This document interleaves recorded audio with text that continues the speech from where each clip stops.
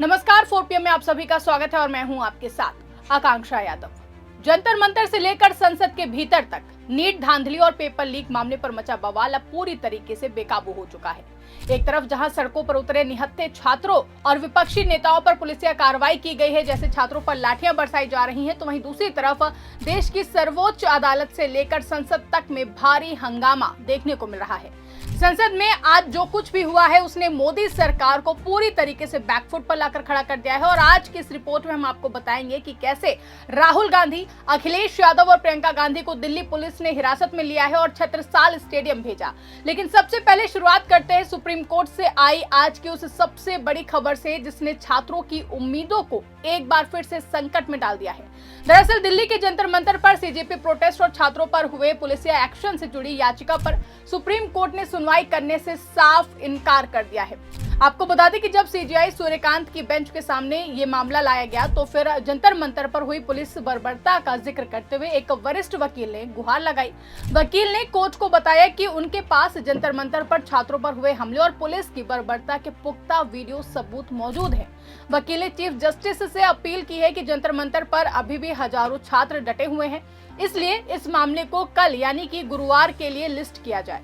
लेकिन supreme court के CJI Suryakant ने इस मांग को सिरे से खारिज कर दिया है और जो कहा है उसने सभी को हैरान कर दिया है। सीजेआई ने सख्त लहजे में कहा, हमारे पास अभी टाइम नहीं है, हमारे पास बिल्कुल समय नहीं है और हम कोई भी वीडियो नहीं देखना चाहते हैं। मतलब सर्वोच्च अदालत के इस रवैये के बाद एक बात तो तय हो गई है कि कानूनी लड़ाई के मोर्चे पर फिलहाल छात्रों को राहत मिलती हुई नहीं दिखाई दे रही। लेकिन दूसरी तरफ सड़कों और संसद तक का माहौल काफी ज्यादा गर्म हो चुका है। आपको बता दें कि सीजेआई सूर्यकांत के बयान को अब उस मुद्दे से भी जोड़कर देखा जा रहा है जब सीजेआई सूर्यकांत ने कहा था देश के युवाओं को कि वो कॉकरोचों की तरह होते हैं, पैरासाइट्स होते हैं। और इसी बयान को लेकर के जब कॉकरोच जनता पार्टी का गठन किया गया, जिस तरीके से सोशल मीडिया पर मुहिम देखी गई है, और अब उन्हीं की याचिका जब पहुंचती है सुप्रीम कोर्ट और सीजेआई सूर्यकांत उस पर सुनवाई करने से साफ मना कर देते और कह देते कि हमारे पास समय नहीं। अब जिस तरीके से सीजेआई सूर्यकांत ने बयान दिया है कि वो इस मुद्दे पर सुनवाई नहीं करना चाहते, उनके पास समय नहीं है, उनके इस बयान को उनके उस पुराने मुद्दे से जोड़कर देखा जा रहा है जब उन्होंने एक याचिका की सुनवाई के दौरान कहा था कि देश के युवा जो है वो पैरासाइट्स हैं, उनको कॉकरोच कह दिया था, उसके बाद ही कॉकरोच जनता पार्टी का गठन हुआ था। तो क्या सीजेआई सूर्यकांत छात्रों को अब आंख दिखाते हुए नजर आ रहे हैं और यही वजह है कि वो इस याचिका पर सुनवाई नहीं करना चाहते? क्या उनके पास एक दिन का समय नहीं कि वो छात्रों की बर्बरता जिस तरीके से छात्रों पर की गई थी उनके मुद्दे पर सुनवाई कर सके? कोर्ट में इसको लेकर भी तमाम तरीके के सवाल उठ रहे हैं, तमाम तरीके की अटकलें भी लगाई जा रही हैं। वहीं एक तरफ जहां सुप्रीम कोर्ट ने वीडियो देखने से मना कर दिया, तो वहीं दूसरी तरफ संसद भवन में आज एक ऐसा ऐतिहासिक नजारा देखने को मिला जिसकी कल्पना शायद ही पीएम मोदी और केंद्रीय गृह मंत्री अमित शाह ने भी नहीं की थी।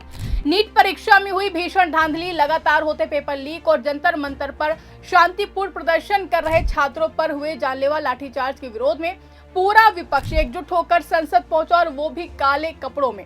संसद के गलियारों में चारों तरफ काले कपड़े पहने सांसदों का सैलाब दिखाई दे रहा था, जिसमें कांग्रेस, समाजवादी पार्टी और तमाम विपक्षी दलों के सांसद एकजुट होकर संसद पहुंचे। उनके हाथों में तख्तियां थीं और जुबान पर सरकार और शिक्षा मंत्री के खिलाफ जोरदार नारेबाजी।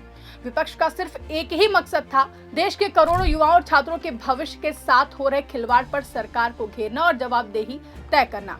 वहीं कांग्रेस के वरिष्ठ सांसद प्रमोद तिवारी ने 20 जुलाई को जंतर मंतर पर छात्रों पर हुई बर्बर लाठीचार्ज को लेकर मोदी सरकार और दिल्ली पुलिस की धज्जियां उड़ा दी हैं। प्रमोद तिवारी ने एक बेहद ही गंभीर आरोप लगाते हुए कहा कि प्रदर्शन के दौरान बिना नेम टैग वाले संदिग्ध लोग भीड़ में घुसे हैं और छात्रों पर जानलेवा हमला करते हैं। उन्होंने सवाल उठाया कि जब नेता प्रतिपक्ष और विपक्ष के सामने इस तरह की गुंडागर्दी होती है तो क्या विपक्ष खामोश बैठा रहेगा? वहीं आपको बता दें कि बीते कल संसद के अंदर विरोध दर्ज कराने के बाद माहौल तब और भी ज्यादा गर्मा गया जब राहुल गांधी, प्रियंका गांधी और सपा प्रमुख अखिलेश यादव की अगुवाई में विपक्षी नेताओं ने प्रधानमंत्री आवास की ओर कूच करने की कोशिश की। अचानक हुए इस मार्च से दिल्ली पुलिस और गृह मंत्रालय के हाथ पांव फूल गए। आनन फानन में पुलिस ने भारी बैरिकेडिंग की और पूरे इलाके को छावनी में बदल दिया, जिसके बाद जो कुछ हुआ उसने देश के लोकतंत्र पर एक बार फिर से बड़ा सवालिया निशान खड़ा कर दिया है। दिल्ली पुलिस ने बेहद ही आक्रामक रुख अपनाते हुए लोकसभा में नेता प्रतिपक्ष राहुल गांधी, समाजवादी पार्टी के राष्ट्रीय अध्यक्ष अखिलेश यादव और कांग्रेस महासचिव प्रियंका गांधी वाड्रा समेत दर्जनों सांसदों को हिरासत में ले लिया। पुलिस राहुल गांधी और अखिलेश यादव को बस में लादकर छत्रसाल स्टेडियम ले गई, जिसे अस्थायी जेल में तब्दील कर दिया गया था। जैसे ही खबर फैली कि विपक्षी सांसदों को गिरफ्तार कर लिया गया, राजनीतिक गलियारों में हड़कंप मच गया। इस बीच एक और बड़ी तस्वीर निकलकर सामने आई, जब कांग्रेस संसदीय दल की चेयरपर्सन सोनिया गांधी खुद मंदिर मार्ग पुलिस स्टेशन पहुंच गई। सोनिया गांधी को जैसे ही पता चला कि हिरासत में लिए गए कुछ नेताओं को मंदिर मार्ग थाने लाया गया है, वो तुरंत वहां पहुंची और सरकार के तानाशाही रवैये पर अपनी नाराजगी जताई। घंटों तक चले इस हाई वोल्टेज ड्रामे और भारी दबाव के बाद आखिरकार दिल्ली पुलिस को झुकना पड़ा और पुलिस ने राहुल गांधी, अखिलेश यादव और प्रियंका गांधी समेत सभी नेताओं को छत्रसाल स्टेडियम से रिहा कर दिया। लेकिन रिहाई के तुरंत बाद विपक्षी नेताओं के जो तेवर देखने को मिले, उसने साफ कर दिया कि ये लड़ाई अब और भी ज्यादा तेज होने वाली है। जिस तरीके से आप वीडियो में देख सकते हैं कि कैसे बस में बैठे हुए अखिलेश यादव दिखाई दे रहे हैं और जो सपा के तमाम कार्यकर्ता हैं वो बड़ी संख्या में दिखाई दे रहे हैं और बड़ी एक जनसंख्या वहां पर इकट्ठा हो जाती है और जो हुजूम दिखता है, विपक्षी दलों की जो ताकत दिखती है, वो साफ तौर पर इस वीडियो से अंदाजा लगाया जा सकता है। वही छत्रसाल स्टेडियम से रिहा होने के बाद प्रियंका गांधी वाड्रा ने मोदी सरकार को भी सीधे कटघरे में खड़ा कर दिया। प्रियंका गांधी ने कहा, अगर विपक्ष के नेता पार्लियामेंट में बोलना चाहते हैं तो फिर उन्हें बोलने नहीं दिया जाता। अगर हम शांतिपूर्ण प्रदर्शन की परमिशन मांगते हैं तो परमिशन खारिज कर दी जाती है। इसलिए आज हम ऐसी जगह गए जहां पुलिस को हमारे आने की बिल्कुल भी उम्मीद नहीं थी। इसके साथ ही प्रियंका गांधी ने शिक्षा मंत्री धर्मेंद्र प्रधान के इस्तीफे की मांग करते हुए कहा कि देश के बच्चों और हमारे भविष्य की बात सुनने में सरकार को क्या दिक्कत है। डेमोक्रेसी में विरोध करना हमारा बुनियादी अधिकार है। हमारी मांग बिल्कुल साफ है, हमें इस टूटे हुए एजुकेशन सिस्टम को ठीक करना है। शिक्षा मंत्री धर्मेंद्र प्रधान को तुरंत इस्तीफा देना होगा और संसद में नीट धांधली पर तुरंत चर्चा करानी होगी। प्रियंका गांधी यही नहीं रुकी, उन्होंने आर्थिक असमानता पर हमला बोलते हुए आंकड़े सामने रखे। उन्होंने कहा कि एक तरफ सरकार अडानी और अंबानी के 16 लाख करोड़ रुपए के लोन माफ कर देती है, लेकिन दूसरी तरफ पूरे देश के बजट में शिक्षा व्यवस्था पर सिर्फ 1,40,000 करोड़ रुपए ही खर्च किए जाते हैं। हमारी मातृभूमि ही हमारी डेमोक्रेसी, और जिन युवाओं ने हमें वोट देकर संसद भेजा है, उनके हक के लिए हम सड़क से लेकर संसद तक लड़ेंगे। वहीं रिहा होने के बाद समाजवादी पार्टी के मुखिया अखिलेश यादव का गुस्सा भी 7वें आसमान पर दिखा। वहीं अखिलेश यादव ने पुलिसिया बर्बरता का पर्दाफाश करते हुए कहा कि शांतिपूर्ण प्रदर्शन कर रहे छात्रों और युवाओं के साथ इस सरकार ने जो अन्याय किया है उसकी कोई सीमा नहीं है।